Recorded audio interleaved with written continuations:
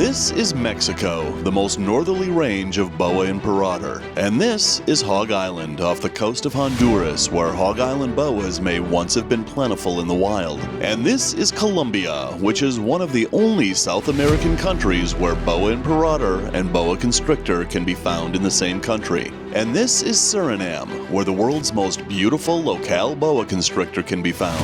And over the course of a year, I set out to explore every one of these places, not only to encounter these amazing snakes in the wild, but to find out where boas occur in their natural range and what they actually look like from locality to locality, and to dispel a few myths that we have accepted as fact. And on that note, to see if I could find the answers to some questions that yet have no answers. What do Boa Imperator look like in the most northerly part of their range? Do what we think of Colombian boas really look like that in the wilds of Colombia? Are there still boas left on Hog Island, or are the rumors that they've been extirpated from the island true due to over-collecting? And just how do we have all these locality boas to work within our homes? And is the import and export of reptiles still necessary? What are the differences between Boa Constrictor and Boa Imperator? So in my journey from Mexico throughout northern South America, where I lived for a while in the varied habitats of these boas, I'll answer these questions as I look into where the Boa Constrictor and Boa Imperator are found, what they are doing out in the wild, what their habitats look like, and in the end, I'll have answered all these questions and more. I'm Dāv Kaufman, and these are my Reptile Adventures, and this is the story of the two most popular pet boa species. This is the story of the Boa Constrictor.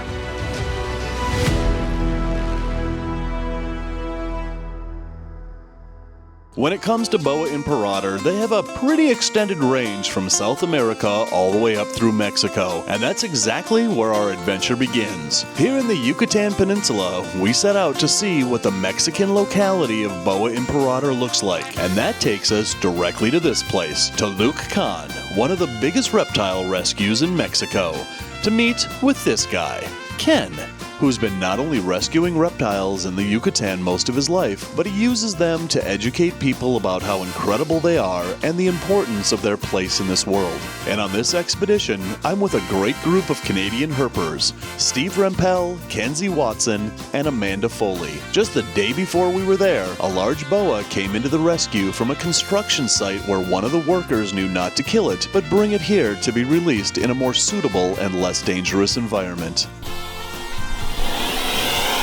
Whoa! This is a Mexican boa. This is Boa Imperator. She is really surly, but this is exactly what Mexican boas look like here in this region of Mexico. And if you look at her head and the upper two-thirds of her body, look at the red on that. I mean, I've never seen a boa with that kind of red in the upper two-thirds of the body. But if you look at her tail isn't red at all. It's more of a maroon, but the top two-thirds of her body, that's where the red is on these guys. This was a rescue, and this guy or girl is going to be put right back into a much more suitable habitat. But right now, she is really surly. She has no clue what we're doing. She is terrified. She thinks we're predators, and that's why she's carrying on the way that she's carrying on. So we're not going to stress her out anymore. We're going to put her right back to the wilds of Mexico. So by way of comparison, look at this boa and how well behaved this boa is. So some snakes, boas especially, will carry on like that big girl did. But look at this little guy over here, calm and gentle as a kitten, and just out of the wild as well as that big one was just a couple of days ago. So different boas do have different personalities. Some are really snappy and want to rip your face off. Others are calm as kittens.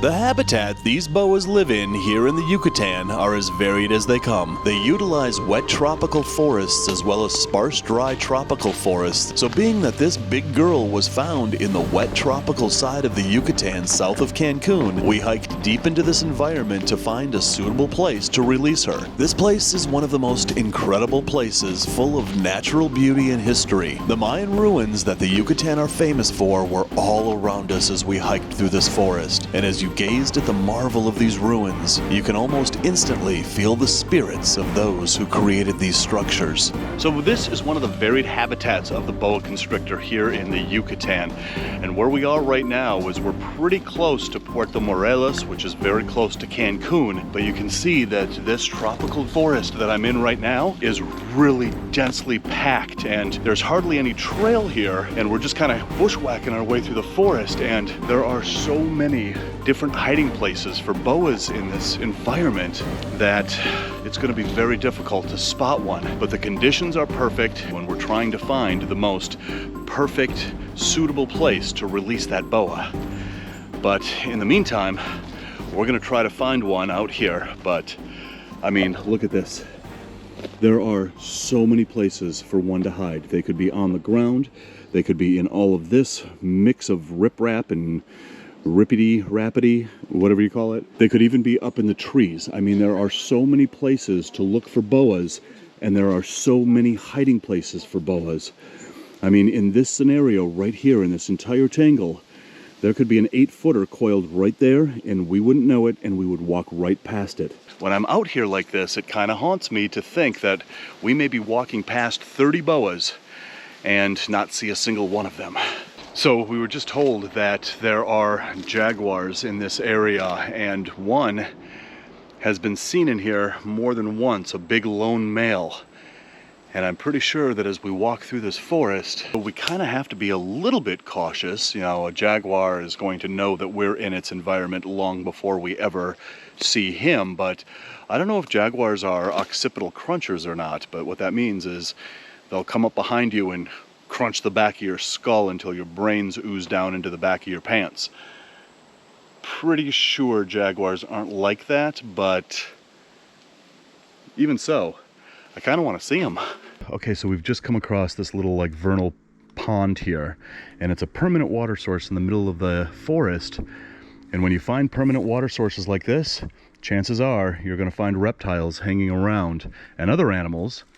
We're here for the reptiles, of course, but we're going to spend a little time here and look around and see if there's anybody just kind of camping out next to this permanent water source. So our guide just told us that not only do reptiles kind of hang around this place, but jaguars are here, and they come to places like this to drink. All right, so we've gotten to a place here in the middle of the jungle to release this boa, and this is like the perfect scenario for him to be released, because if you look over here, we've got all of this place for him to hide. We've got all these rock structures over here, and we have this entire protected forest for him to live in. Our boa friend, this is really high tech. Our boa friend is in this backpack right here. We're gonna get him out and release him. This guy is extremely surly and not at all happy. But in a second, this snake is gonna be very happy, because this snake has this entire habitat now to reestablish itself in. Come on, sweetie. Oh, listen to that. He's already hissing. Would you stick your hand into a bag with a big hissing boa like this and not know where the head is? ¿Dónde está la boca? Okay, got it. There we go. Look at this beautiful snake. So this is a typical coloration of a boa that's found here in the Yucatan of Mexico. So this is one of the most northerly portions of the boa's range. And just have a look at that head. Where other boas will have really red, vibrant tails, here in Mexico, the top 2/3 of their body has that red coloration. And this makes it one of the most beautiful geographic variations of the boas because of that vibrant red head. You know, and a lot of people have their preferences, whether they be Peruvian boas or whether they be Colombian boas or boas from right here in Mexico. Whoa! My preference, hey, you're screwing up my audio there, buddy. My preference are ones from Suriname, but just have a look at how muddy and just really dark this snake is in coloration. And again, check out that tail. It's not as red as other geographic variations of boas, but this is Boa Imperator. And as you can see, this snake is hissy, it's pissy. It is not at all happy. I don't want you looking at me, buddy. And this snake really has no idea that we are here to help him and release him. I'm just gonna set you down, buddy. You can be on your own. There you go. But this snake has no idea that we are here to help, that this snake is now free to roam and live and have a long, happy, healthy life here in Mexico. Look at this. So what this snake is doing right now, look at this. He sees the branch and he's going to try to retreat to higher ground to get away from us. And that's exactly what he's doing right now. Look at this. But just look at that muscle control on this snake as he tried to reach this branch right here. That is absolutely incredible. These are nothing more than one big muscle.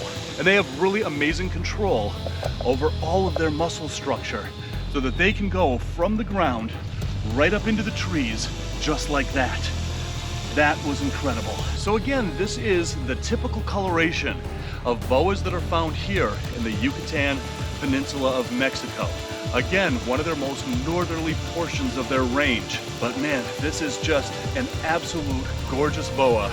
And to me, it's all about that red head. How amazing is this?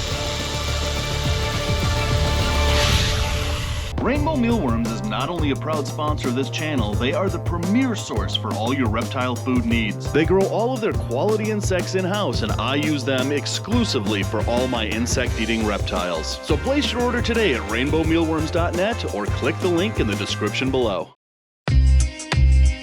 So if that's what Boa Imperator looks like on the Caribbean side of the Yucatan, I wondered if they look different on the Gulf side of the peninsula. So we drove for hours from Cancun until we reached an obscure expanse of dry tropical forest just south of Merida. The forests here seemed to go on forever and hid much more than just boas between the trees. With every mile we went deeper into this forest, there were ruins of an ancient culture that lay hidden all around us. Take a look at this. This is actually a Mayan relic here in the middle of the forest. And all over this particular area in Mexico, you just come across Mayan ruins in the middle of the woods like this. And we often think that Mayan ruins are these huge pyramids that we've seen, but you come across something like this that was actually used by the Mayans and is just still sitting here all these centuries later, right in the middle of the woods. So that just gives you an idea of the varied habitats that boas live in here in Mexico, and the varied I thought that was a snake. And the varied habitats that are found here in the Yucatan Peninsula in Mexico. But here, in this environment,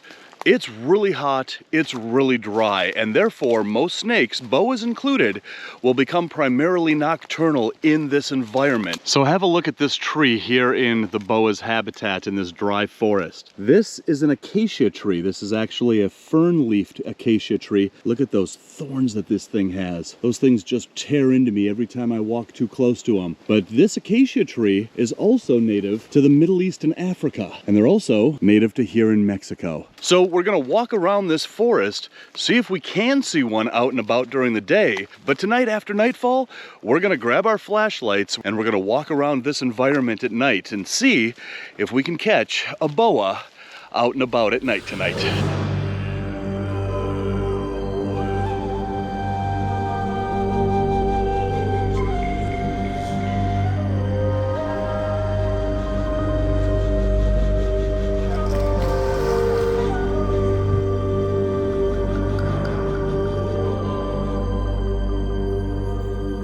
So in order to find boas in this part of the Yucatan, this is the Gulf part of the Yucatan, and we've teamed up with a local guide, Pedro, and he told us that our best shot of finding a boa out here in the wild at night was at this place, which is an abandoned hotel, which he claims is haunted.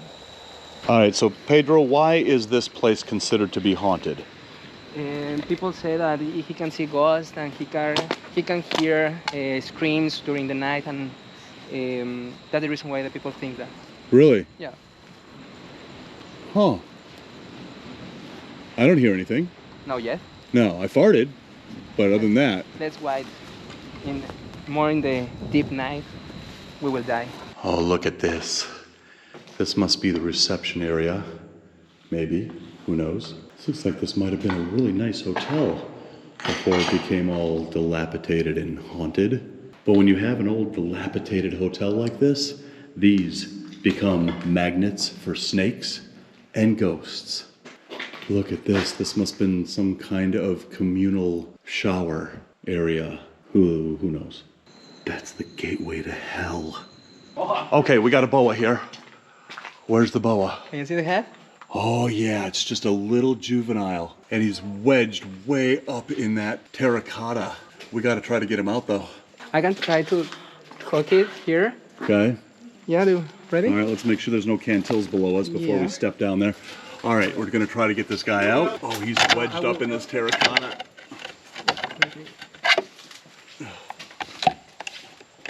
We can move something here. It's coming. Come on. It's coming. Come on, little guy, come on. We got it. Perfect. Do you see that? I caught him midair. That was awesome. Oh man, now this is a beautiful juvenile Mexican Boa Imperator. Look at this guy. All right, let's take a better look at him. Woo!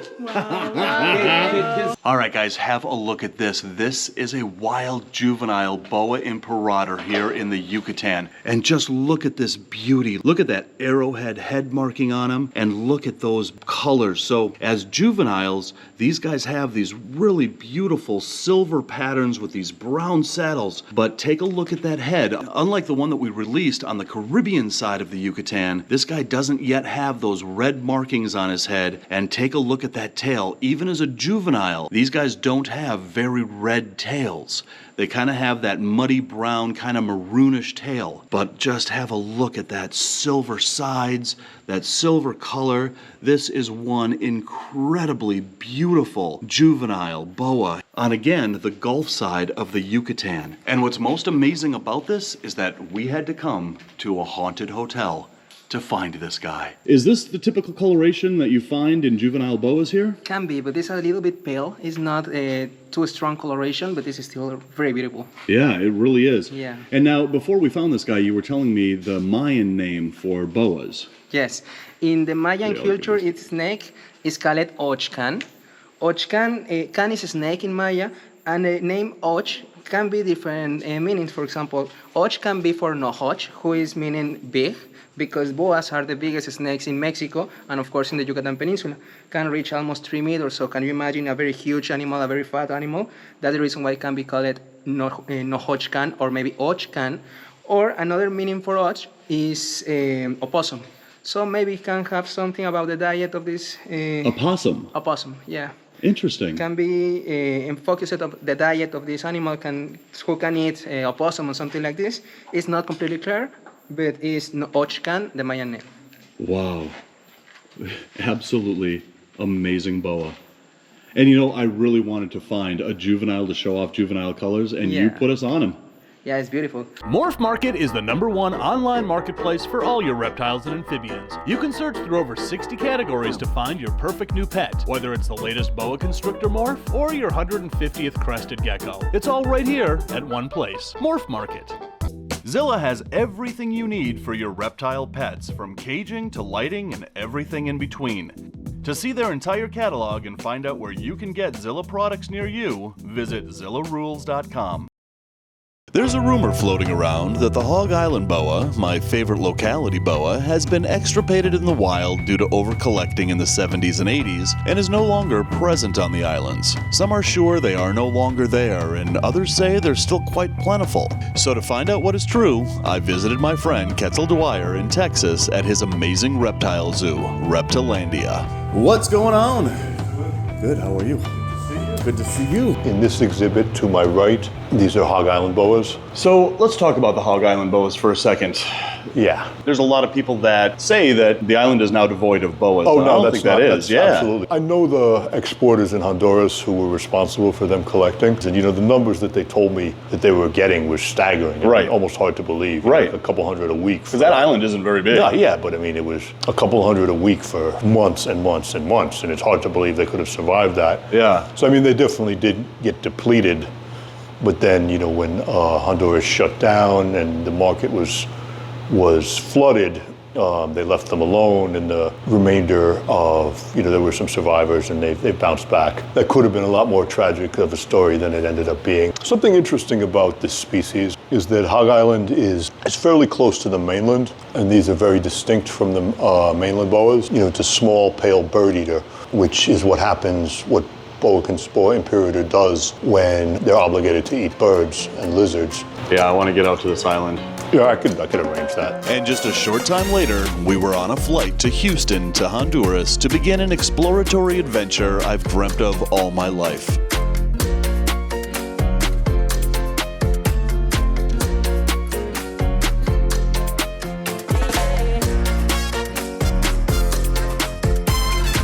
As we drove through the northern Honduran countryside to an obscure place on the Caribbean Sea to catch our boat, I stared at the inviting tropical habitats and wondered what the mainland boas in Honduras look like.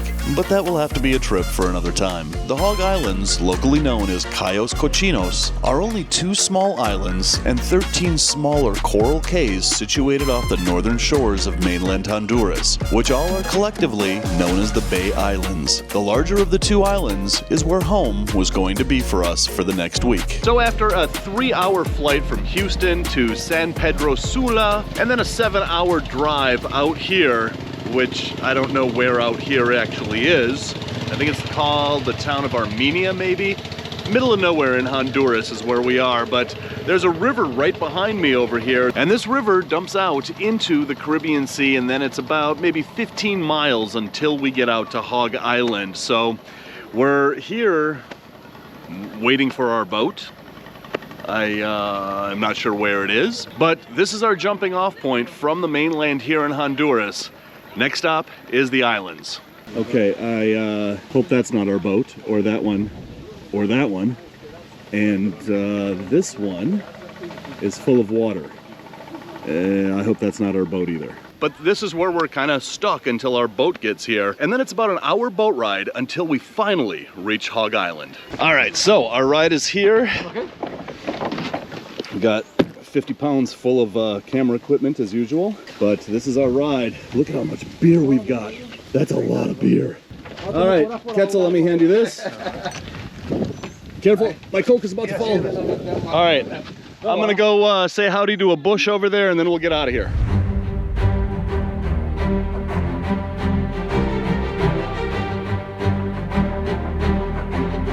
So we've made it to the Caribbean Sea. This is a pretty angry sea. Holy crap. We've got to hit these waves at just a specific angle. Otherwise our boat's gonna capsize. Are you all right? You're good? You're not scared? You're okay? All right, good.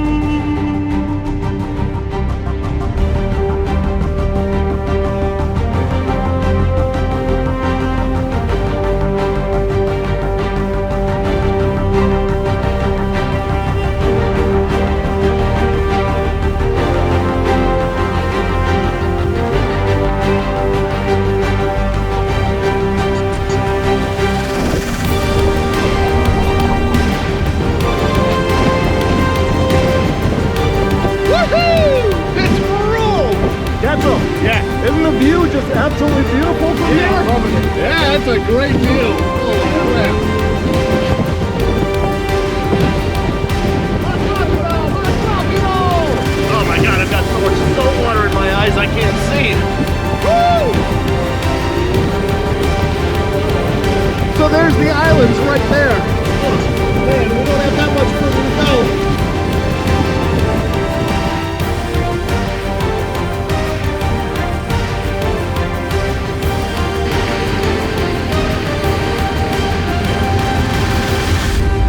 All right, we have arrived on Hog Island. I've been wanting to come to this place almost all of my life. Whew, that was a ride. All right. You see any boas yet? Nope, not yet. Don't worry. Give us a few hours. All right, look at this. We didn't lose a single beer bottle. All right, look at this. Hog Island. This is Henry, our ghost. Ah, Henry. Mucho gusto. Todo bien? Todo bien, todo bien. Oh, How was it? Was it good. hot?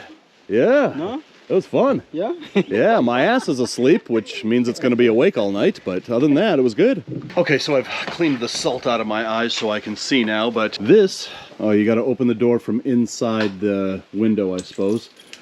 All right, so this right here is my Hog Island home for a while. It's very pink and polka dotty, very Catalina-like in here. And, well, I don't know if there's sheets or not, but either way, this is home. What's back here? Oh, we got a little bathroom back here.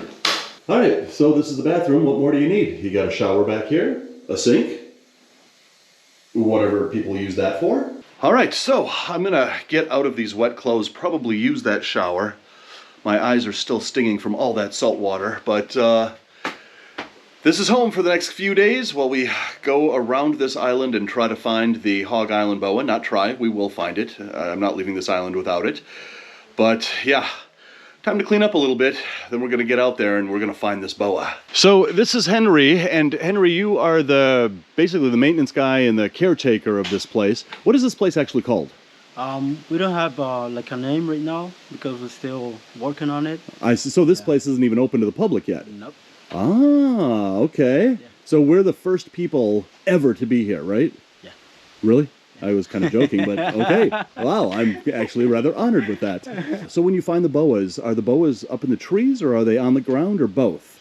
In the night, sometimes you can see it in the ground, and now in the day you can see it on the trees. So daytime trees, nighttime ground. Yeah. Okay, that makes sense. All right, we heading up this way here? Yep. Okay. All right, so before I go and clean up and take a shower, I've got to explore this place. This is absolutely beyond my expectations. It is beyond beautiful. We are on the grounds of the hotel area that we're at. It's not really a resort. There's just a couple of buildings here in the middle of the forest, and this is where obviously we're going to be staying tonight. But this place is absolutely incredibly beautiful, and those boas could literally be anywhere around here. You're joking? No, I'm not joking. I am joking. No, it's right there, right in front of us. Are you kidding me? We literally, look at this, guys. That's insane. We literally, I haven't even showered yet. We went on a walk to go check this area out. We haven't even left our little hotel area, our little camp here. There's a Hog Island Boa sitting right there. That is insane. Literally haven't been here for longer than 3 minutes. Henry, did you know that this snake was there? Yeah, I listen. So literally, we just were walking here, and there he is. And this is how you find him. Yeah, exactly. Is that pretty much average size? Yeah. That's as big as they get here. Yeah. Wow, yeah. I can't believe it. So how many do you usually see around here? We see 7, sometimes 6. Wow. But you're always gonna see him right here.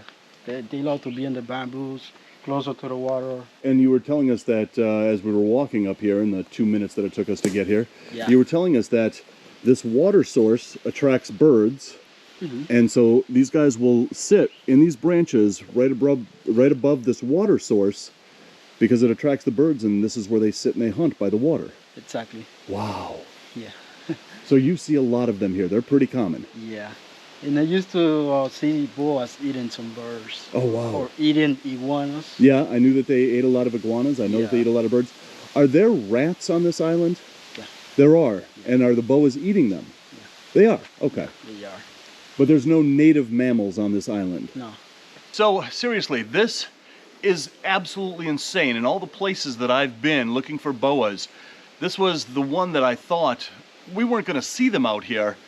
but 1 in 2 minutes. I still have salt water in my eyes. I really can't see, but I'm going in for the easiest boa catch of my life. Just that easy. Come here. Hey, I said that easy. Come here. And just like that, we've got our first Hog Island Boa. I have been dreaming about coming to this island most of my life to find my favorite boa species, and that is the Hog Island Boa. To have this girl in my hands right now, this is beyond a dream come true. And one of the things that I love so much about these snakes are those muted colors that they have. And now these are Boa Imperator. These are not a separate species from those on the mainland. There's going to be a lot of work coming up on all of these insular boas, and this could be one day upgraded to its own species once that work is done. But right now, this is still Boa Imperator.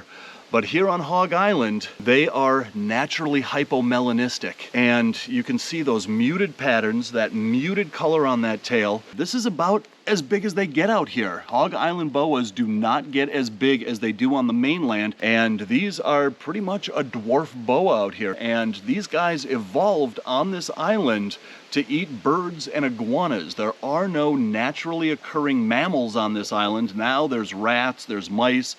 Did you say that there's armadillo here? Yep. Now there's armadillo. My God, are you beautiful. And look at this. Hissed a little bit when I got her off that branch, but like other imperators that would bite your face off as soon as you approach them, look at this. She has stopped hissing. She has stopped any kind of defensive behavior. You can just absolutely free handle this snake without any worrying about being bit. And even if she did bite me, I wouldn't care. My first Hog Island Boa on Hog Island in the wild. This is an absolute dream come true. So as Henry said, these guys are common. We've got several more days out here. I am sure that if this one was this easy to find, we're gonna find many more out here. Okay, sweetheart, back on your bamboo, right where we got you. There we go. Hopefully we're gonna see many, many more of these. Woo! Absolutely unreal.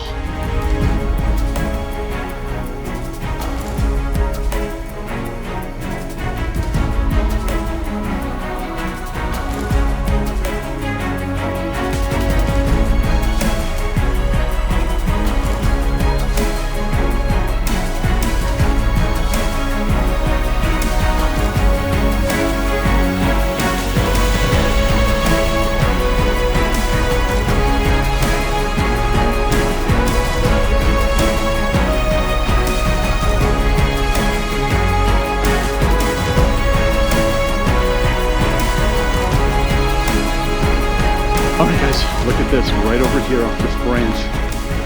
We've got another boa. Hi, buddy. He's at the end of his branch. Where are you gonna go? Here, let me offer you a limb. Look at this. These boas are so naturally docile. You walk up to an imperator like this anywhere on the mainland and you're gonna get your hand bitten off. Look at this. This is a wild boa we just walked up on, and I'm just putting my hand out and he's crawling up on my hand. These guys are so beautiful. Look at this guy. Come here, buddy. I'm gonna just get you out of here. Come here, sweetheart. Look at this. These are my favorite boas. They always have been. I just love that naturally hypomelanistic look. And there's a reason why these are naturally hypomelanistic. So in Spanish, the name of this snake is Boa rosada, which translates to pink boa. And that comes from that pink coloration that they have along their flanks. Well, this is the second one we found out here. This one really doesn't have that pink flanks that we've seen in captive bred boas before, and there's a reason for that, and that's that these boas actually change colors depending on the time of day.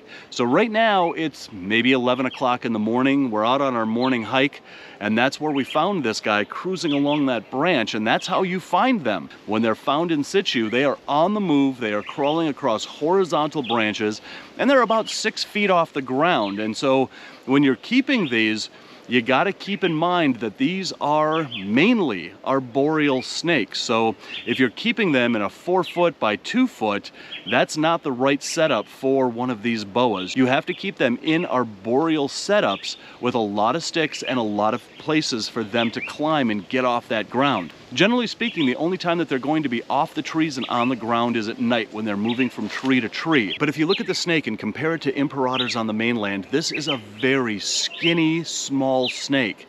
And that's because they are primarily eating birds and they're eating lizards out here. There aren't a lot of mammals on this island. There are rats now that they are eating. There are bats here that there's really no evidence that they're actually eating those bats, but because of their diet, they are very small, very skinny. This is an adult. This is an adult. This is all the bigger they get. And if you look at that tail, it also has that diffused kind of pink look, but it doesn't look anywhere near what a mainland Imperator looks like. So these boas, they kind of have a home range, but it's not like they're territorial, but where you see one, if you don't disturb it, you can come back a couple of days and it's going to stay in that area. So what we're gonna do with this right now is we're gonna put them right back on that branch. We're gonna come back up here tonight, see if we can see this snake, and see if we can see the color changes that they go through from day into night.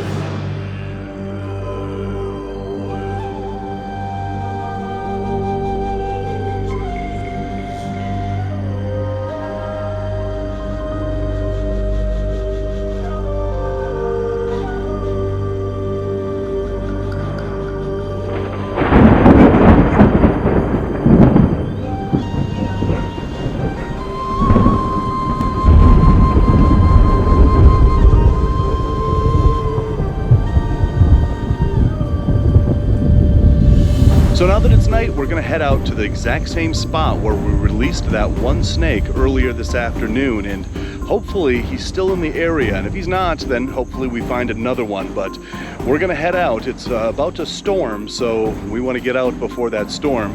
Quetzal is about 500 feet ahead of me, so I'm gonna get going here, and we're gonna hopefully find that exact same snake tonight. Look at this big dude, if he can sit still. That is a big old tarantula. Kind of looks like a rose hair, but I don't know that it is. All right, so here on the island, there are tons of these blue crabs just crawling all over the island. And right next to them is a gecko. And these crabs, they crawl through the leaf litter, and you always think it's a lizard or something. In this case, it actually is a gecko. But yeah, these crabs are everywhere on this island. And these geckos are too. This dove is literally just sitting right here. There's my flashlight. This is how boas get you. I wonder, oh my God, he is totally letting me do this. Yeah, he took off. Wow, all right, so that's what boas are eating out here. I can't believe he actually let me do that. Did you find him? Yeah. Oh, there he is, there he is. I disturbed him though, so. Oh, he was sitting on this branch? Yeah. So, we don't know if this is the same one from earlier, but it is one, obviously. He's trying to climb high, so I'm just gonna... Come here, sweetheart, let me take a look at you. All right, well, I don't think we need to, like, grab him off of there if he wants to go, but what I did want to show is, look at that. They become so bleached that those saddles kind of almost disappear in that ground color at night. So these snakes have completely different coloration at night than they do during the day. They're much more pale at night. And during the day, he'll be much darker, and those saddles will become much darker. But this is basically what these snakes look like at night, and they do, in fact, change color from daytime to nighttime. All right, happy hunting, buddy. All right, so while he's crawling away, this is a perfect place to take a temperature and a humidity reading. So right on this branch is where he was sitting before we disturbed him. So I'm gonna put the temperature and humidity probe right there on this branch. Let it sit there for a moment to get a accurate reading, and then we'll check this out. In the meantime, oh wow, look at this dude right here. Hiya, buddy. Is that tarantula? Yeah, it's a big tarantula. Another big tarantula just sitting right here. Wow, they grow their tarantulas big here on this island. All right, so that should give this a good solid couple of minutes to give us a reading. But look at that, almost 87% humidity and 80 degrees Fahrenheit, which is 26 degrees, almost 27 degrees Celsius. So it is really humid on this island, and even at night, it's really warm here. But this is the temperature and humidity where that snake was hanging out. All right, so right up there, we've got a boa on the move. All right, buddy, let's go. Come on. Come on, sweetheart. Beautiful. There you go. Look at this. Wow. All right, so we got him out of the tree, and this one is even more beautiful than the first one that we found. Right there on the tail, we've got a bit of a problem, and that little problem is probably causing a lot of discomfort. That is a big cattle tick, and we just grab them, pinch, and remove. There we go. See? Humans aren't so bad there, buddy. So we're actually going to take this snake and do a little data on him in the morning. And then in the morning, after we're done with that, we're going to take our photos, bring her, or him, as it were. I haven't even looked yet. Oh, that's a male. That's definitely a male. We will take this male right back here and release him right where we caught him. So we're going to do all sorts of things. We're going to weigh him, take some length data, and again, we'll release him right back here in the morning. All right, very good. Now, how do we get off this mountain? Yeah, go back. Oh yeah, that's probably a good place to start.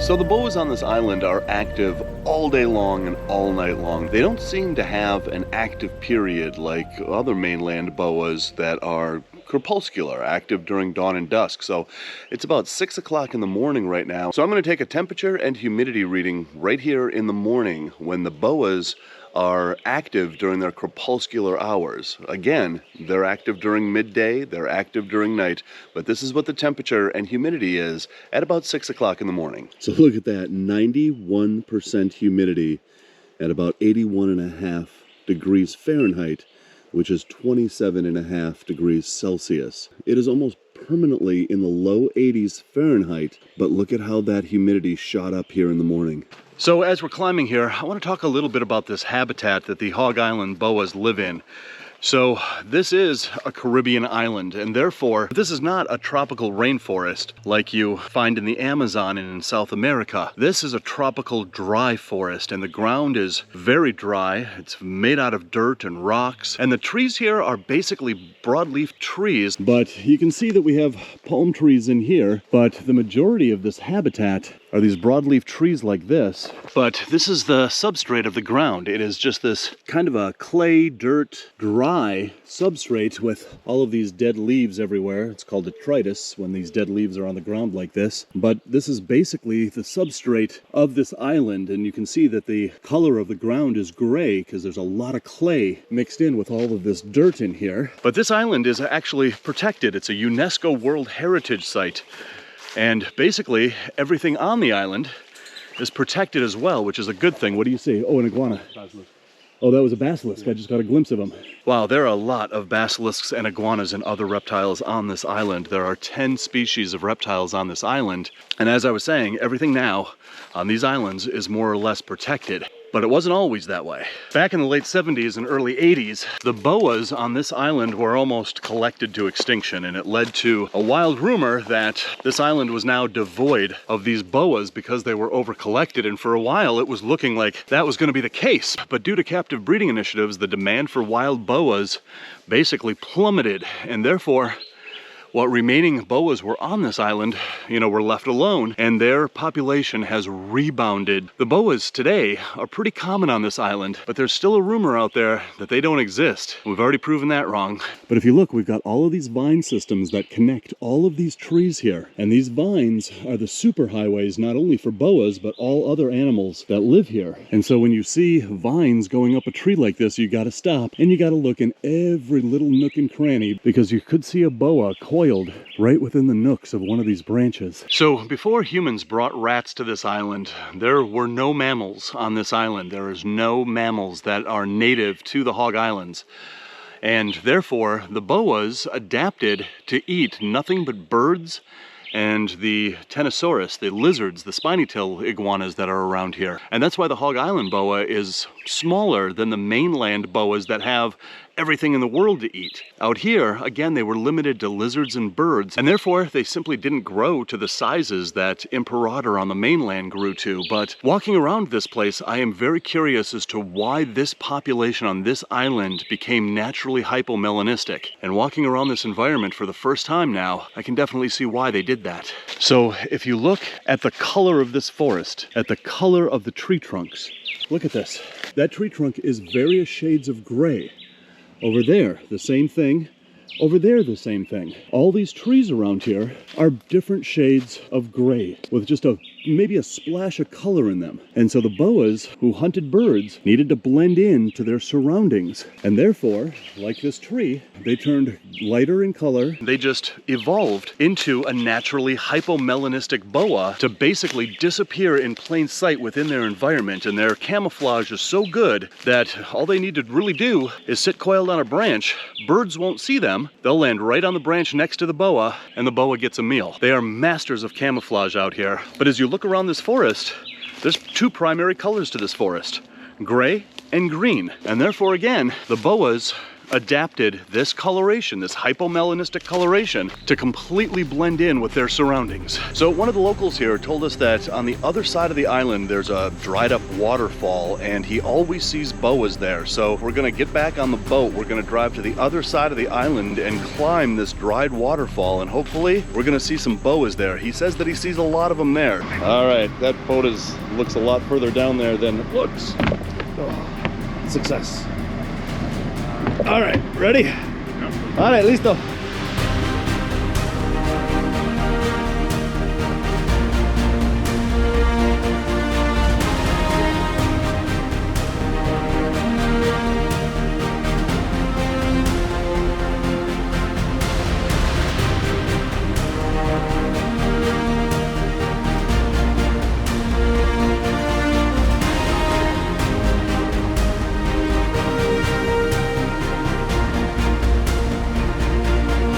So we made a little pit stop in this little community on the other side of the big island because there's no food on the other side of the island. So we're gonna load up on whatever we need in this town, but take a look at this. Somebody painted a sea turtle eating a plastic bag. And look at how they paint the houses here. They painted a big octopus on the side of that house. This is just incredible. So we just got lunch at this really amazing community. There's about 100 people that live on this island, but that community back there is one of the most incredible Caribbean communities I've ever been in. Okay, so this side of the island looks very, very different than the other side of the big island. This is pretty incredible in here. What happened? You got ants on you? Yeah. You got ants in your pants? No. Oh. I'll leave you to your friends there. All right. So this is a dry river area. We just climbed up the waterfall, and this is dry until about November when the wet season happens. And then we'd be under waist-high water right now. That'll wash the ants off your legs. All right, we may have a boa here. Up right above my head. Look at this. The chances of us walking right past this guy were like 90%. So he's about, I don't know, what would you say, about 8 feet off the ground there? Yeah. Oh, look at his tail though. We just found out there's 2 more of them sitting up that way. We're gonna see in a second, but the only reason why I'm going to disturb this one and take him off the tree is because he has a little issue with his tail that we're gonna help him out with.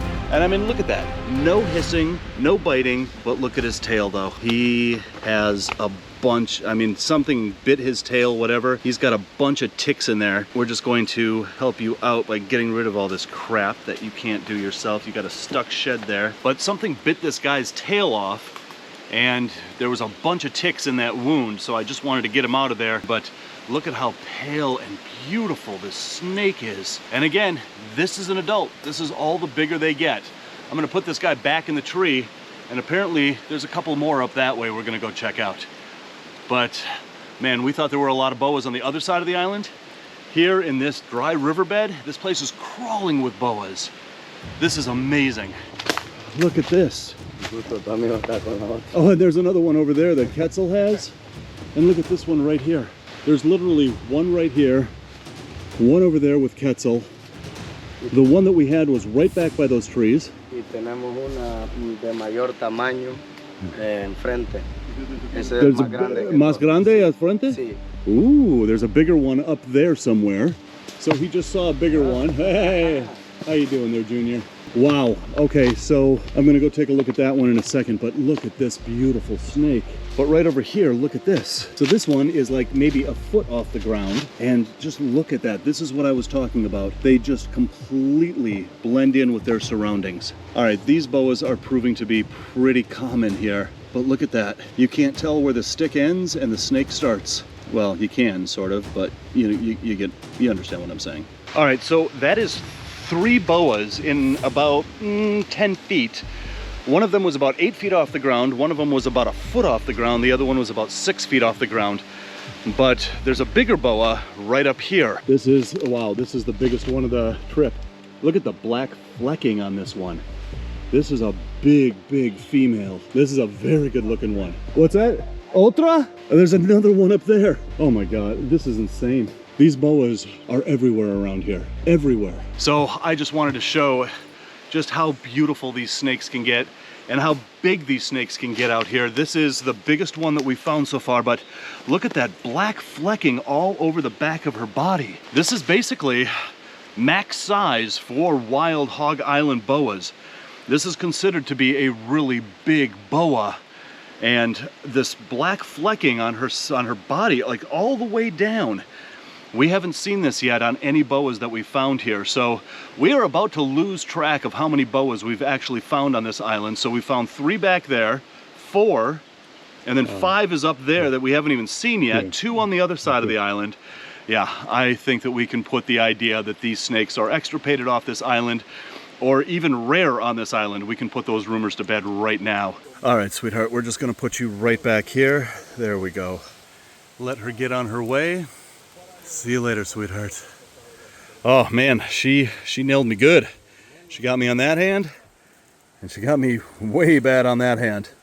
But look at that, now she's crawling across the ground, and she just doesn't want anything to do with us anymore. What an amazing boa. All right, so the 5th one, he saw way up on the top of this dry waterfall here, but it's gonna be hard to get up this because this is extremely slippery, and that is my foothold, so I may bleed a little bit more climbing up of this.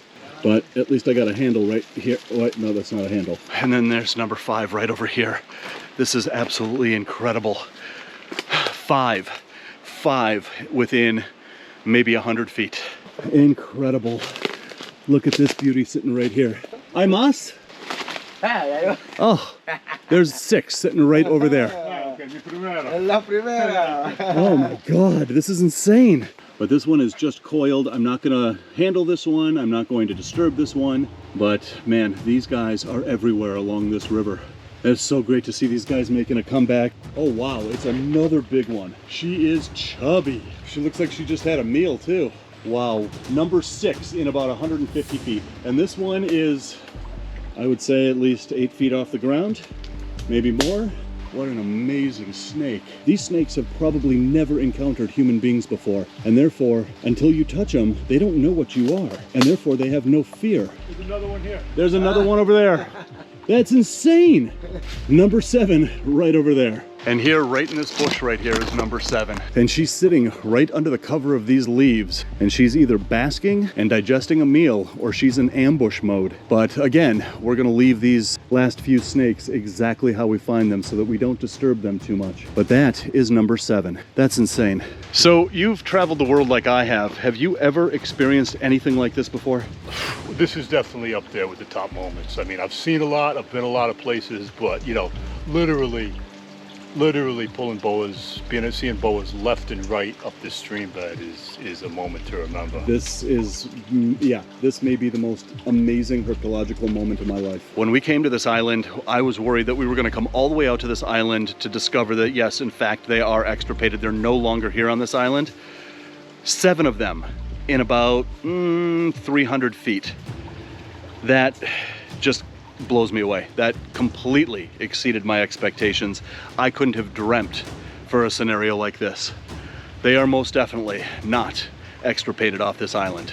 At Dubia.com, they raise all their quality insects in-house and ship them directly to you. And now you can get 10% off all your live insects by using the coupon code RATTLEON. Catch the link in the description below.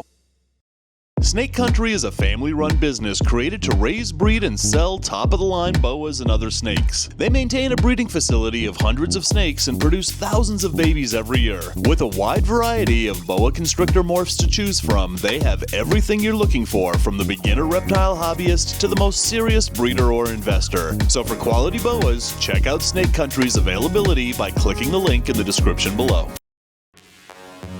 So it seems that in the reptile world, there's a lot of confusion with names and localities. The term Colombian Boa is thrown around a lot, and it's become sort of a blanket name for really any red-tailed boa, especially the Imperator. But do those snakes actually come from Colombia, or have we just gotten so used to calling them Colombian red-tailed boas that we think that all boas that we work with came from Colombia? So to answer that question, I hopped a plane and headed to South America to see what Imperator actually looks like on the east side of Colombia. And while I'm there, I'll go to the west side of the country, deep into the Amazon, to look into the differences between the Colombian Imperator and the true red-tailed boa constrictor. So we just landed here in Bogota, Colombia. From here at the airport, we've got a 3-hour drive to the town of Melgar, and it's there that we have a really good shot of finding the true Colombian boa. As soon as the ride gets here, I have no idea where he is. So, as I've mentioned, Colombia is one of those countries where you can find Boa Imperator and Boa Constrictor in the same country. So, with Boa Imperator being on the west side of the Andes and Boa Constrictor being on the east side, the Amazon side, our first destination was west of the Andes to venture deep into the range of Boa Imperator. The habitat of Boa Imperator is found in tropical dry forests that are higher in elevation and much more rocky and sparsely vegetated than their boa constrictor cousins live in. So this is the habitat of the Colombian boa, the common boa, Boa Imperator, here in the western side of Colombia. And we're in the middle of this unbelievably beautiful rainforest, and we are in the middle of nowhere right now. The nearest town is probably Melgar, but boas are primarily nocturnal. They are crepuscular, but they are also found out in the daytime. And there's a lot of houses back here, a lot of rural houses. And I was told that, the people just kind of hang out in their hammocks, and well, here comes a 6-foot boa walking. Good, Dave, good. Here comes a 6-foot boa crawling, and the people won't even pay attention to it because they're that common here. It's a common everyday sight. During the day, at night, in the evening, in the mornings, boas are everywhere here. So we're gonna take some time and go through this forest, which is one of the most beautiful habitats I've been in, and we're gonna see if we can find one of those Colombian boas out here. First, this tree behind me, take a look. That is cacao. This is a chocolate tree. And that's what they make chocolate out of. So when these pods turn either yellow or red, they are ripe. You just take these pods, crack them open, and suck on those seeds, and that seed is what they make chocolate out of. All right, so I'm moving on from the chocolate tree. Apparently, I've fallen behind, which means everybody's lost but me.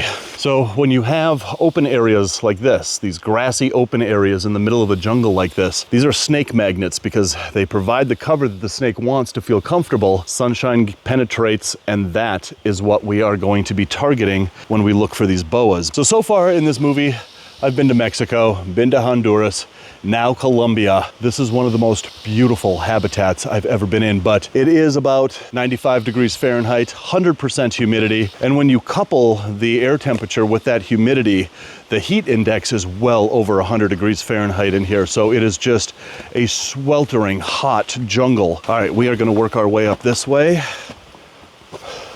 These are extremely slippery rocks. Oh, holy crap. Look at that. Wow.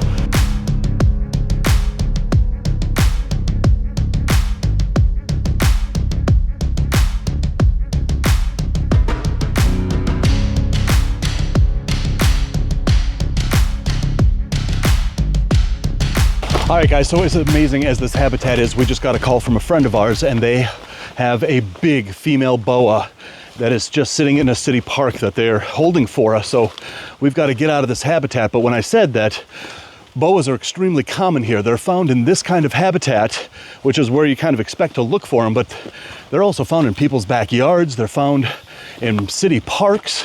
They're found mainly around human habitation. So we are going to get out of this habitat. We're going to get into the car. We're going to drive to this park. And that's one of the ways that you find boas out here, is you just basically send out the word to all your friends and all their friends that we're looking for boas.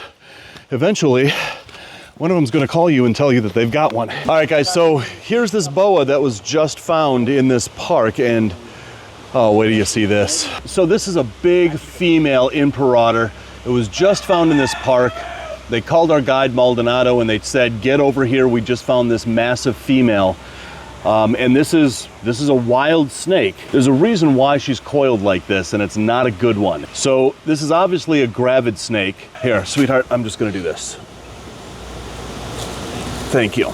So this is a gravid snake, gravid meaning pregnant, but being a wild snake, they are prone to so many injuries out here. And when we're in a park like this, you know, they encounter a lot of people out here, and those people, well, they're not very friendly to wild snakes. So I'm just gonna keep her propped up on my leg here, but take a look at this.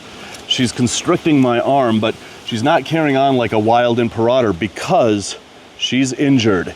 Now this is a gravid female, and what they think happened is that her ribs are broken. She probably encountered a human out here that injured her, or there's a lot of hazards out here. It might not have been a human. But the problem is that her ribs are obviously hemorrhaged, and these are babies. This isn't a growth. Those are babies that are basically protruding out of her rib cage and are being held just by her skin there. So this is a wild Imperator, but it's an injured one. And there's a vet clinic here right next to this park. And so I'm accompanied with a couple of the vets, and they came down to see this snake as well, and they're going to take this snake and they're going to see what they can do for her. And after her litter is born, that's when it's going to be dangerous, because those babies that are protruding out of that rib cage, I'm really not sure how that's going to go when she actually gives birth to those babies. But take a look at how colorful this snake is. This snake is, again, right out of the wild. It was just found this morning and held until we got here. But look at how this blue sheen. I've never seen Colombian boas have this kind of blue sheen like this before. But obviously, this is my first wild Colombian boa, and this is my first time getting a good look at how they look here in Colombia. And I am so surprised to that blue sheen that they have. I didn't expect that from a wild Colombian Imperator. But take a look at this head markings here. And this is one of the diagnostic features that is the difference between Boa Imperator and Boa Constrictor. So the fact that this girl is not acting like an Imperator, this girl should be striking at me, mouth open. I'm barely holding her head here. So this snake is in kind of rough shape. If she was in really good shape, she'd be trying to bite my face off right now. But one of the things that I noticed in this is that when we see Colombian boas in the pet trade, you know, they have these huge saddles. And look at the saddles on this girl. Come here, sweetheart. Can I move you over here real quick? Look at the saddles. The saddles are broken along the back here. And that is really something kind of surprising to see in a wild Imperator. But right now, we've got a crowd of people here that are at the park. And right over there, we've got our vets, and they're gonna take this snake and they're gonna take it back to the clinic and care for this snake until she has her babies, and hopefully the snake is gonna be totally fine. So the problem is, we're in a park right now that's visited by a lot of people. So the question is, what do they do with this snake after it has its babies? Do they bring it back out here, which is its natural habitat, or do they take it somewhere else and relocate it away from people? And that's a decision they're gonna have to make later. But my first wild Colombian boa, Boa Imperator, here in this little town, we're about maybe about a 5-hour drive west of Bogota. So we are on the western side of Colombia where Imperators are found. And then on the other side of the Andes, as I explained, that's where we're gonna find the Boa Constrictor, the true red-tailed boa. And that's where we're going in just a few days. But we've got a few days on this side of the country. Hopefully, we're gonna find another one of these Imperators. But man, that blue-gray sheen is just absolutely beautiful. This is a much more beautiful animal than I am used to seeing in the pet trade and other Imperators that are called Colombian boas. And the problem is that in the pet trade, it doesn't matter if that Imperator is found in Mexico or Guatemala or Costa Rica. Once they get into the pet trade, they're instantly called Colombian boas or Colombian red-tailed boas. And so I wanted to come to this place in Colombia specifically to see a wild Imperator, to see how different they look from the snakes that we generally think of as Colombian boas. And again, not all common boas or Boa Imperator are from Colombia. They're called Colombian Boas, but they don't necessarily come from this region in Colombia, and that's why this Imperator looks so different from the ones we're used to seeing. Such a gorgeous, gorgeous snake. All right, we're gonna let the vets do their magic with her. Hopefully she's gonna be just fine.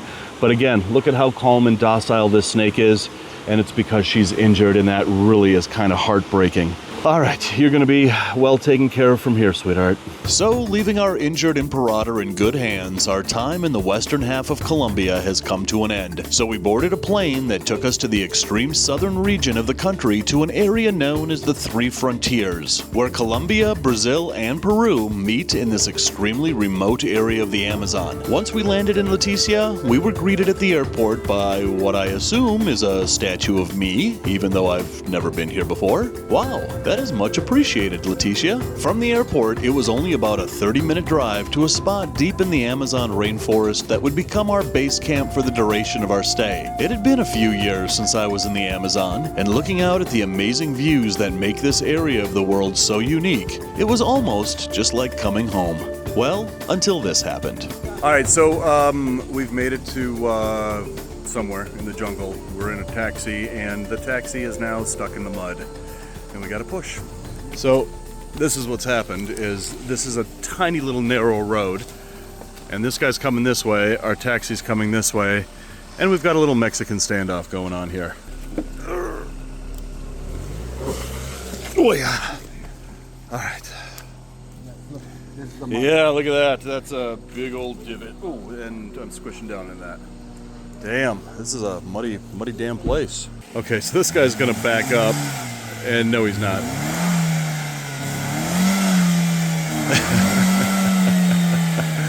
All right, I guess we walk from here. In this bag right here is like 50 pounds of camera gear and a change of undies. I'm glad this is here. Whoops. Ugh. But yeah, we've got about 5 miles of this to walk through the jungle before we get to our accommodations here. All right, the funny thing is, the guy in the green shirt right there is our taxi driver. He just abandoned our taxi back there just to piss those guys off, because they were really grumpy and, well, really assholey.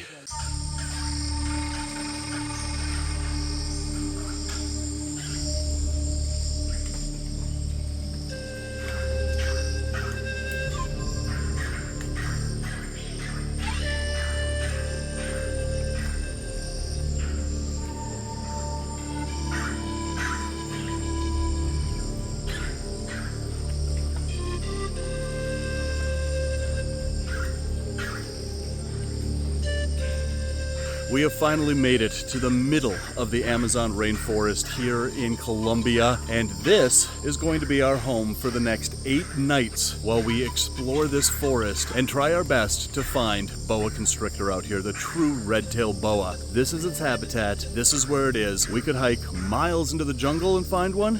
We could find one right here, right at base camp, but we are surrounded by just this absolute pristine and beautiful rainforest. But now that we're situated here in our rainforest home, I'm wasting no time to get out there into the jungle and show you guys the environment where the boa constrictors live here in this part of Colombia. About maybe 15 kilometers behind me is the actual Amazon River, and this is the Amazon basin, and we're about 16 meters above sea level here. So when you hear the word Amazon basin, it actually is a basin, and that's why it's so unbelievably hot and humid in this environment. But this environment is absolutely beautiful and incredible, but it's also extremely dangerous. So if you look around the environment here in the Amazon rainforest, it is basically perma-wet.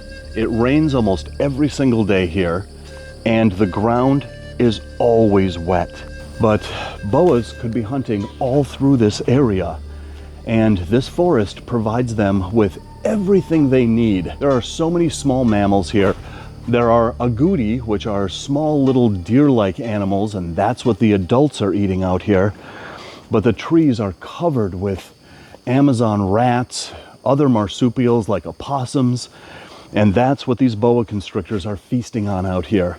And there is a ton of food out here for them. And although just down over to my left over there is a river where anacondas have been spotted in the past, up here in the forests, the boa constrictor, when it comes to snakes, is the top predator in this forest. There are no snakes that get as big as the boa constrictor does in this environment, other than, of course, the anacondas. But we've all heard how hot and humid it is here in the Amazon rainforest. And unless you are here in this environment and feeling just how thick this air is, you don't really get a good idea of just how soupy it is. It's very difficult to breathe. You're just breathing in this hot, heavy, soupy air. And so when it comes to keeping these boas at home, you know, we really often don't give them the humidity that they so require. And I think that's a big mistake that a lot of keepers are doing. And so I'm going to take a couple of temperature readings here to show just how hot and humid it is. Now, it seems really dark in here, but it's maybe 1 o'clock in the afternoon. And it's all because of that canopy right there. That canopy lets in very little daylight down to the surface here, but it's on the surface and in vine systems like this where you're going to find those boas. So I'm going to take a temperature reading right here, and I'm just going to let that cook for a little bit to get a really accurate reading. Look at that,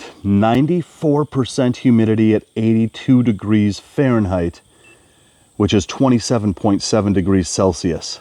That is really hot and humid. But when you have such high temperatures and high humidity, you have something called the heat index. And the heat index is what the air temperature actually feels like. So right now, it feels like it's about 115 degrees Fahrenheit out here. This is one of my favorite environments to explore in the world, but it also is the toughest environment to negotiate and to navigate, especially when you're trying to find the hide and seek champions of nature out here. So here in the Amazon, boas are mainly crepuscular, which means that they're active during dawn and dusk, but they can be out cruising during the middle of the day like this. They can also be cruising around at night in the middle of the night. So there isn't one really good time to be out here to look for boas. Basically, mornings and evenings are the best time to find them.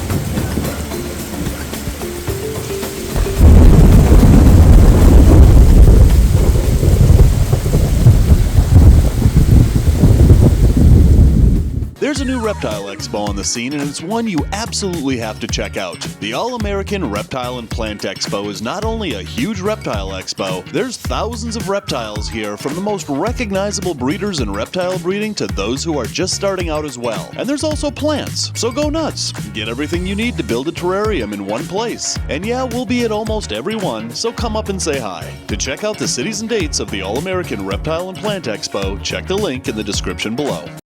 So at nighttime, this is what the temperature and the humidity is for your night drops. Look at that. It is still 94, almost 95% relative humidity at 76 degrees Fahrenheit, which is 24.7 degrees Celsius. It is still humid here in the middle of the night. It's probably maybe midnight, I would say, but it is still 94% humidity and 76 degrees Fahrenheit. It is perma-wet and always humid here in the rainforest. All right, so this is day number 8 that we have been out here in the Amazon. We are tired, but we still haven't found the boa yet, and I am not leaving Colombia until I find the true Colombian red-tailed boa. We have made it to this place here in the rainforest. I mean, look at this tree behind me. So our guide has been asking the locals where they have seen the most boas, and they said right here in this forest. This is our last shot after 8 days to find the true red-tailed Colombian boa. Right there, guys. Oh, look at that. That is not a very big one, but oh my God, after 8 days, we have finally found one. Hi. Oh, look at that. I'm going in for the catch. Look at how beautiful that snake is, though. All right, so when I go herping, I never, come on. I don't bring hooks with me. I don't bring sticks with me. I am gonna get bit by this snake, but I just don't like to carry them. It's okay, sweetheart. Coil. There you go. But I just don't like to carry them with me. It's a lot of stuff to carry. I'm carrying all my camera gear with me. And when I find a snake, I kind of wish that I would have brought them. But I got it. After 8 days, we have finally found the Colombian true red-tailed boa. And she is, oh, there she goes. Now she's getting surly. Now she's acting like a boa. I expected her to rear up and just tag me as soon as I touched her, which still could happen, but I'm gonna try to control her head here. And you know, when I herp, there's plenty of sticks in the forest. Oh yeah! There's plenty of sticks in the forest that I can very safely just kind of pin their head down and pick them up like this. And I don't need to carry a bunch of equipment with me, but oh my God, you're beautiful. So this is the true Colombian red-tailed boa. This is Boa Constrictor. The Suriname red-tailed boas have the reputation of being the most beautiful natural morph of Boa Constrictor. But this one, oh my God, this one is absolutely flawless and beautiful. Look at the salmon coloration on that face and that salmon coloration on that body. The Suriname boas are the ones that are really known for having that really rich salmon color. But this is not at all what I expected, to come here to Colombia and find it this beautiful and this flawless. So I mentioned before, when we were on the other side of Colombia and we found that Imperator, that the Colombian boa in the pet trade, it doesn't matter if they're found in Mexico or Central America or here in Colombia. In the pet trade, they are simply called Colombian red-tailed boas, and that is not true. This is a Colombian red-tailed boa. So when you hear, I have a Colombian boa, what they have is an Imperator that could have come from Central America, it could have come from Ecuador, it could have come from here in Colombia. And I'll tell you that of all the morphs that we have, 95 to 99% of those morphs are Imperator. There are very few different color morphs of the true redtail, of Boa Constrictor. When you go to an expo and you see all the morphs of all those boas, 95% of those are all Imperator. And I don't think that there's even been an albino Boa Constrictor found in the wild yet. Comment below and let me know if I'm right or wrong on that. I'm not sure. But anyway, this is the culmination of 8 days out here in Colombia. But when you come out here on an expedition to find both the Imperator and the Boa Constrictor, and you're spending all of this time coming up empty-handed, and you finally find what you're looking for, there is no other feeling in the world like this. You are the most beautiful, beautiful snake. But if you're wondering, what is the difference? What are some of the diagnostic differences between Boa Imperator and Boa Constrictor? These are those differences. So first of all, there's body size. Generally speaking, Boa Constrictor are generally larger than Boa Imperator, and Boa Constrictor will have 14 to 22 saddles, and it will have a larger scale count than Imperator does, while Imperator will have 22 to 30 saddles, or bow ties as they're sometimes called. Then, look at their heads. Boa Constrictor will have a flatter and more pointed head and will normally have a spear shape on the top of their heads called a head stamp that runs from the back of the neck to the top of their nose, and sometimes they'll have eyelash markings above their eyes. The spear or head stamp on the Imperator head may have a cross shape to it. And then of course there's the tail, which basically is the best distinction between the two. Imperator will have a kind of a muddy color to their tails with very little red, very little oranges, very little color to that so-called red tail, while the Boa Constrictor tail is high contrast and very brightly colored with a dark rich red color. So those are the differences between Boa Imperator and Boa Constrictor. So this has been one amazing adventure here in Colombia. I came down here with the expectation to find both the Imperator on the western side of the country and here in the Amazon on the southeastern side of the country to find the true red-tailed boa, the Boa Constrictor. Mission accomplished. We are going to take about 1 million photos of this girl, and we are going to send her right back to Colombia. And our adventure here in South America doesn't end here in Colombia. From here, we're heading over to Suriname to see how Suriname boas actually look in the wild.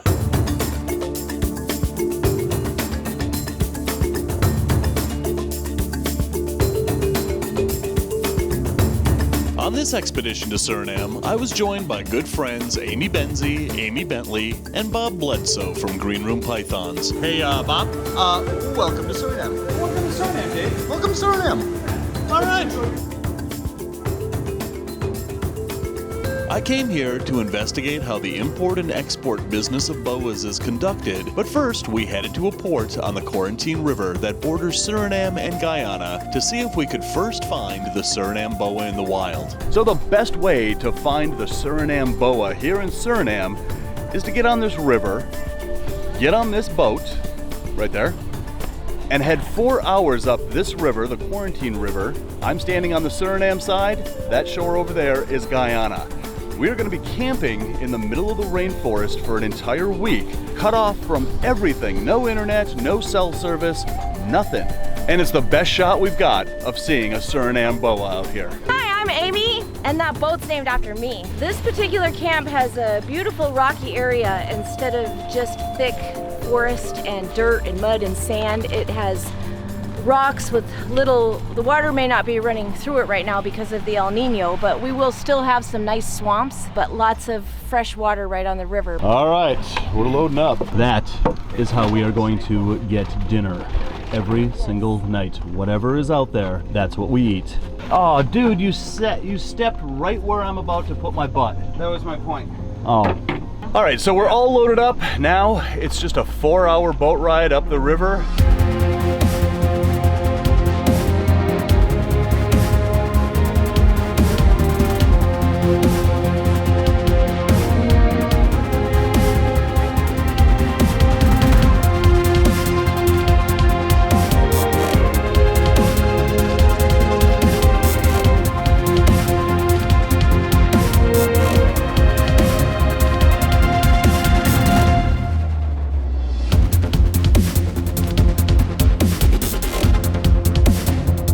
All right, so we're in a part of the river right now that's extremely dangerous. There are all these rocks around it, and of course you can see the ones over the surface.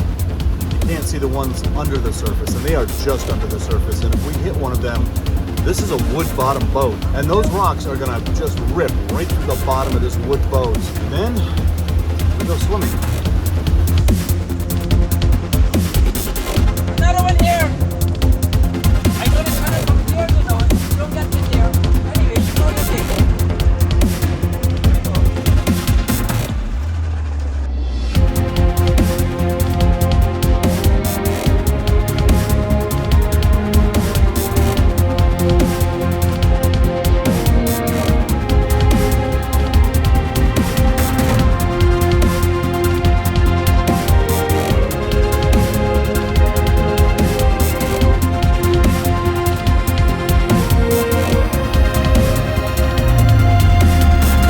So we made it 8 hours down the river to this place right here. This is the habitat of the red-tailed boa here in Suriname. This is the worst drought that this area has experienced in 150 years. Look at this, right over there. That's a semi-permanent pond, and it is completely dry.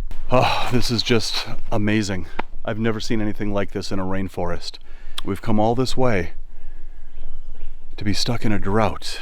And because of the drought, it is unseasonably hot as well. This tropical rainforest here in South America has essentially been turned into a desert. Boy, oh boy. And listen, sometimes it happens that way. Sometimes through all your planning, through all your best efforts, this is nature we are dealing with here, and, well, nature does whatever it wants. It doesn't care about your agenda. It doesn't care if you want to find a boa out here. It does exactly what it wants to do. And we are just left to make the best out of it. And in the wet season, I should be walking through about knee-high water right now, and there should be boas all over the place here. Maybe not all over the place, but certainly This is the prime habitat for those boas, and I feel like I'm standing in a desert here. We may have to very quickly switch our strategy here.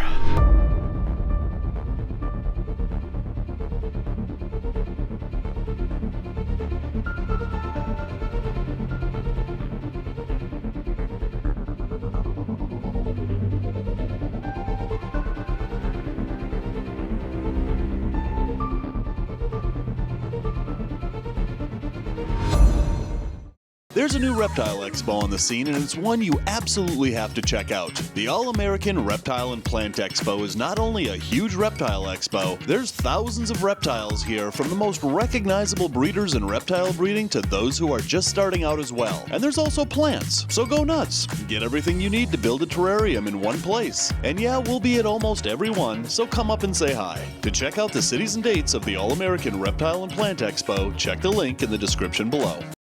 Sometimes you go 8 hours down the river by boat, go to the middle of the rainforest in order to see boas in the wild, and wind up not wasting our time. We found a lot of great stuff out there, but we didn't find the boa that I was looking for, the Suriname Boa out there. But we had to change our kind of strategy here. And now I'm in a small little village right along the river, and it's here that there's a couple of middlemen between the hunters who go out into the field to gather the snakes and collect the snakes. They bring them to this village to a couple of middlemen here. Those middlemen then sell them to exporters in Paramaribo. And Kurt, who's one of those middlemen, lives in this village, and he just told us that last night he got in a couple of boas and invited us over to take a look. All right, so this is Kurt's place. And this is where the snakes are kept that are ready to go to the exporter. They're kept in boxes like this. And Kurt told me that our big boa is in this one right here. The big boa that we're about to see here. Yeah. What do you get for a big boa like that? $450 only. $450? Yeah. Yeah, I really don't care to buy it. I bought it because you guys So that's asked me. $12.50. Yeah. I bought it because you guys asked me for Yes, big snakes, thank so I you. bought it. Yeah. Thank you. Yeah. So a big boa like that is $12.75 US. Yeah. Wow. Wow. I think I just set the curve of the market at Tinley this year. I think so. Yeah. I think so. I want to say something that might not have anything to do with what you're talking about right now or your video, but I think it's important for your video. Bob Bledsoe from Green Room Pythons. Tell me what's on your mind. This is really important. I just ran my hand through my beard after working with snakes, and then I smelled my hand and realized that my hand has been musked on. People with beards, be careful when you're dealing with wild snakes that you don't run your musky hands through your beard. It's Bob, so annoying. This is like day 10 of our trip. We've been primitive camping in the wilderness. I know. We've been all over this country. First time. I just did it for the first time. But I want to just tell you that your beard always smells that way. Oh, it does. Oh, it always smells like snake musk. Oh, no problem then. Okay, no problem. All right, let's meet our big boa here. There she is. God, is she beautiful. Hi down there. This snake is going to be very agitated right now. Look at her look up at me like that. She is not a happy camper right now, but all right, sweetheart, we're gonna get you out of that box. Come on out here, sweetheart. Come on out. Oh yeah, she is all sorts of surly. Okay, come on, sweetheart. This snake is super surly. We're gonna put her right over here on the ground. Oh-wee! Look at this. This snake is not an aggressive snake, even though it's carrying on like this. Snakes are not naturally aggressive. Snakes are reactionary. And right now, this snake has gone through an ordeal. Between the time that the hunters grabbed the, between the time that the hunters got this snake, brought it to the middleman here, this snake is a very stressed out snake. So this snake thinks that I'm a predator. It is going to defend itself vigorously, just like all boas do. Wild boa constrictors are not like the boas we all know and love. Come here, sweetheart. In our homes, wild boa constrictors, they have this attitude. They do not like to be disturbed, and they will defend themselves vigorously against all threats, and that's what this snake is doing right here. But in a minute, hopefully, this snake is going to realize that it's not under attack, and it's going to sit there so nicely, aren't you, sweetheart? So Suriname is on the east side of the Andes. And all boas, all red-tailed boas on the east side of the Andes are going to be boa constrictor, true red-tailed boas. On the west side of the Andes, they're going to be boa imperator. But what I want you to notice is that even in an adult Suriname red-tailed boa, just look at how clean this pattern is, how beautifully maroon that tail is, and look at those rich salmon sides. So when boa constrictors are babies, they are brightly colored, high contrast, they are beautiful. But the Suriname boa is known for keeping those juvenile colors into adulthood. They don't brown out, they don't dull out, they keep those beautiful colors. This guy stays beautiful all your life, don't you? Look at those perfectly thin, uniform saddles on her back, and look at the way she strikes at me. Just beautiful. Now, we've got a bit of a conundrum. The export system is going to be pretty difficult on a snake this size. So this is what I'm going to do. I'm gonna buy this snake from Kurt, and we're gonna go someplace outside of the ring around this community where the hunters go. We're gonna take her outside that ring, and we're gonna release her back into the wild to save her from going through the export system. But this is the snake that everybody wanted back in the 90s, before the morphs, the Suriname Boa.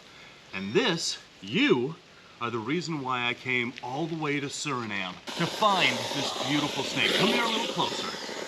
Yeah, let's get acquainted. Here, let me just, there you go. There you go. We're fine. We're all good. We're all friends. So we're gonna take you and we're gonna give you a whole new home and a whole new chance at a brand new life. Such an amazingly beautiful boa. All right, Kurt, let's discuss a price. So that kind of raises an interesting point about the exportation and importation of reptiles.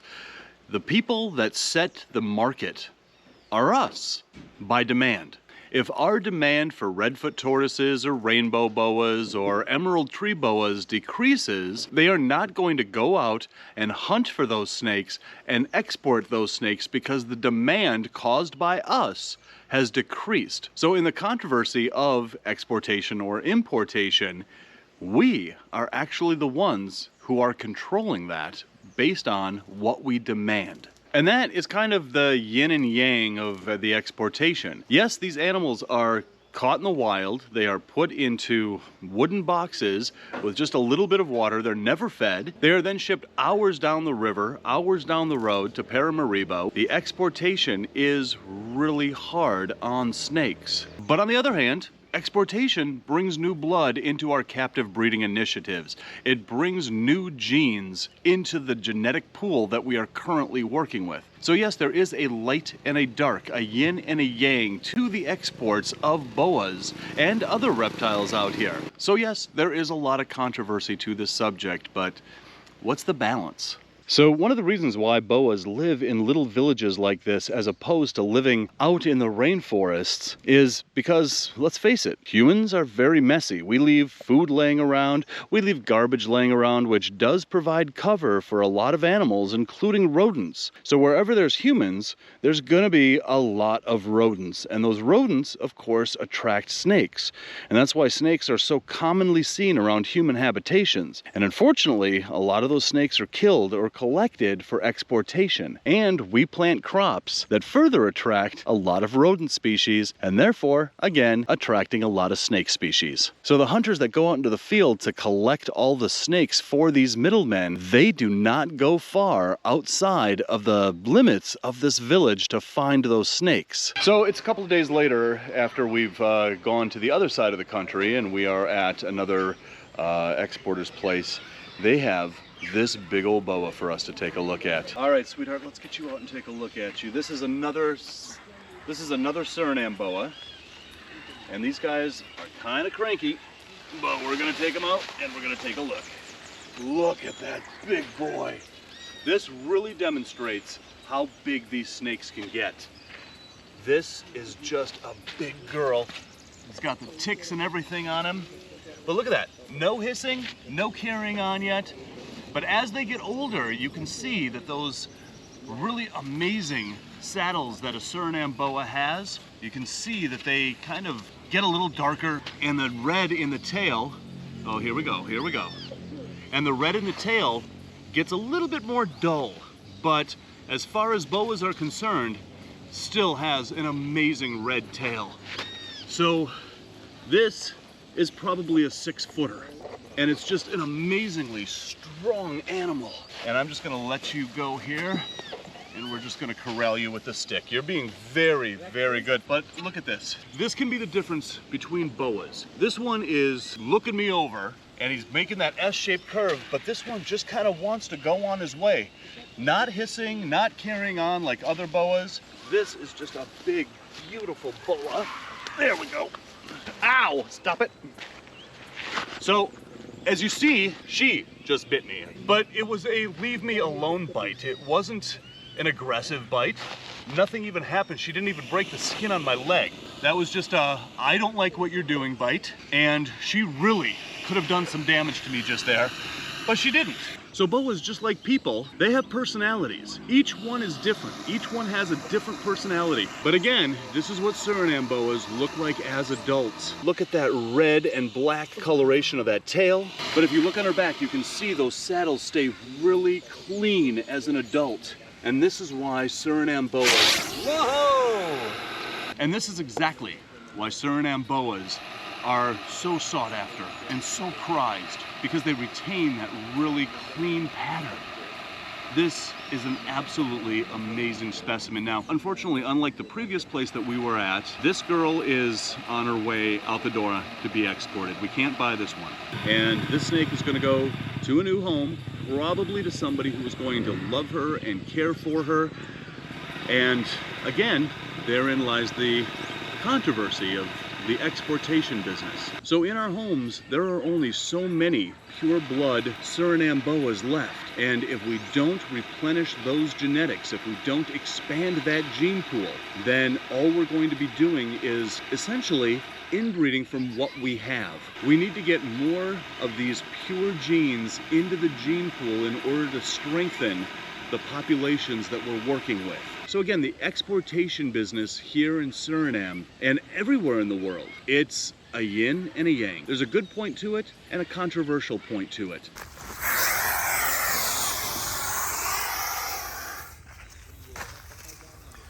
All right, so this girl has a big tick right here, and we're gonna get that off of her before she leaves the country. You ready? Look at the size of that tick though. It's a big cattle tick, and these guys, these cattle ticks, they get on these snakes and they are just really, really aggravating to the snake. But you're welcome. You know, it's all in how you handle these snakes. This snake is now relatively calmed down, still very irritated with what I'm doing here. So I'm not gonna do this for very long and further irritate her. But this snake is an extremely powerful constrictor. And a lot of people, when they do this, when they handle a big constrictor like this, they get scared. And they get so scared of being bit that they have a death grip around this snake's neck. And that can actually suffocate the snake and really hurt the snake. So my hand that is around her neck is totally free, but I'm still controlling her head. You really have to be firm but gentle when you handle these snakes. And as you can see, look at that. She has my arm pinned against my leg, and she is squeezing my arm into my leg right now. But being here in Suriname, holding a wild, giant Suriname boa, I've kept these back in the 90s. These are my favorite boa locality morph, for lack of a better word, but this is an absolute dream come true to be here and be handling this big, formidable, strong boa. Man, I just want to sit here with her for a little bit. So she is just a sweetheart. Just a sweetheart. So after visiting a middleman and an exporter's facility, we heard about another middleman in a remote village who heard we were looking for boas, and he asked us to stop by to show off what he found last night just outside the village. A lot of the middlemen in this area do whatever they can to put food on the table, from handyman work to finding and selling snakes to the exporters. For them, it's a good way to supplement what income they can get out in the rural parts of the country. All right, so we are at Terry's house, and Terry is one of the local hunters here, and he goes out into the field. He catches these snakes, and then he brings them here, and he sells them. So you got a boa here. This one is the, what's here? You see this one? Yeah. Yeah, the boa. Oh, red tail boa. We call it, that's land comedy.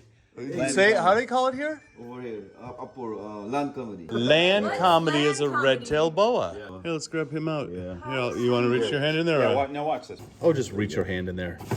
Ooh, there we go. Ah, there we go. Okay. Look at this. Yeah, see? This is what I'm talking about. Red tail boa. What a beauty. Look at that, just absolutely perfect clean pattern. Look at that salmon color on his sides and that just beautiful maroon red tail. I mean, the contrast on this snake is just absolutely amazing. So what we're gonna do here today is we're actually gonna buy these snakes from Terry, because these guys are going to go on a very long journey to Paramaribo, which is the capital city of Suriname. They're gonna sit in boxes, probably without water, probably without food, until they get an order and they're exported anywhere in the world. But, you know, when you live out here in a small little village right on the river like this, you don't have a lot of resources. These aren't bad people. These are people just like anybody else in the world that are trying to earn a living. And the way that they earn a living is they catch snakes and they sell them to the exporters. So what we're going to do is we're going to buy these snakes. And eventually, we're going to release these snakes in a place where they're not going to be found by hunters. So this is another type of tropical habitat within the boa's range, and it's a little bit more sparse, and there's a lot more sun that penetrates through that canopy and comes down to the surface. And if you look right here, we've got all these nice trees, vines, and we are right along a river system. And this is the perfect place to release this amazing boa that we got from Terry. And look at this, in the sunshine, holy buckets, you can really see the salmon colored sides. This is an absolute gorgeous snake. Just look at those saddles. I love the little islands of color in between those saddles. This is just an amazing, beautiful example of a Suriname boa. Bob? Yeah. What do you think? I like this little spot right here. Yeah? So much cover, and it's very close to the water if he wants to get to the water, but I bet he's going to be interested in that cover. In that cover right there? Yep. Sounds good. Let's go over across the river. So this snake with those salmon colors, those really beautiful contrasty saddles that he has, this is a pretty expensive snake.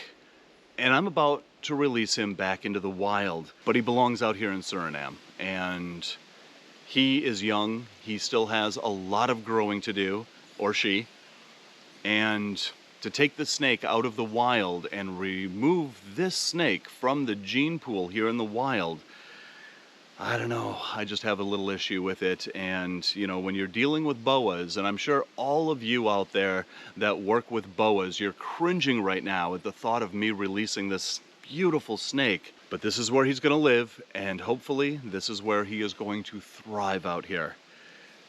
All right, little buddy. You are just amazing. We've got plenty of hiding places in here, plenty of places for him to go, plenty of food source, and this is just, look at this, such a beautiful area. That's okay. a perfect spot. This is the perfect spot. Yeah, okay. There you go, buddy. Back to Suriname you go. Look at that. Heads right in for that cover. There he goes. Fantastic. Sometimes it just feels good to watch a snake who belongs out here in the wild crawl away to freedom. And just the same, it feels just as good to walk into my reptile room knowing that each snake is well cared for, free from predators, and has all their needs met. There are no snakes on Earth quite like the boa constrictor in terms of beauty, popularity, and they are maybe the most recognizable snake even by people who might not like reptiles just yet. They have always been a staple of our hobby, and I don't ever see that changing. And by the way, I'm sure you're all wondering, but shortly after we returned from Colombia, we got word that Mama Snake did have her babies with very little problems, and they were all given a meal and released back into the wild. And Mom, well, she's doing just fine and is healing well and living in a nearby zoo until she's well enough to return back to the wild as well. And if at this point you're wondering why I didn't go to Argentina for the Argentine boa, or to western Mexico for the Sonoran boa, or all the other places boas are found in their range, hold tight, because I'm already back to work on the Boa Constrictor Movie Part 2, as well as another movie on island boas of the Caribbean and so many more. So until then, love the planet, feed your reptile obsession, and rattle on.